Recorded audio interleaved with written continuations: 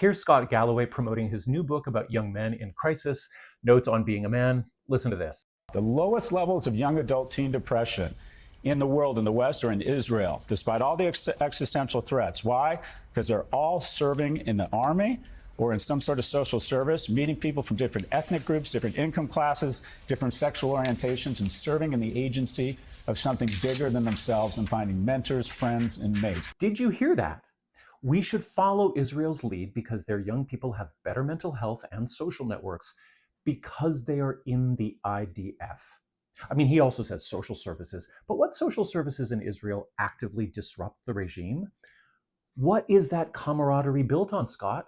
What worldview? What actions? What military exercises and parades? What drunken parties and raves? What are they celebrating together? How much propaganda and birthright trips over how many decades? Do you think those bonds are strengthened by genocidal ethno-nationalism, or what? I mean, actually, he hints at it. He says that Israeli youth bond with each other despite existential threats.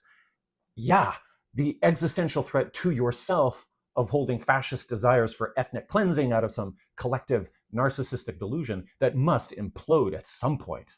So I've got a full review coming out on this book tomorrow, but honestly, if you just wanted a quick read on this guy's political and psychological competence, I think this is all you really need.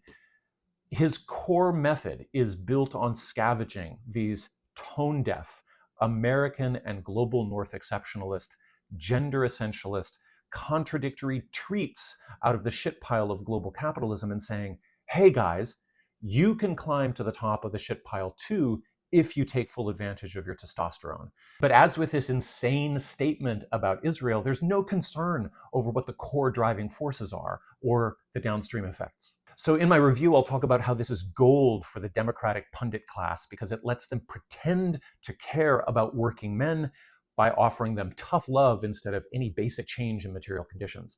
They couldn't ask for a better cheerleader in a hopeless game.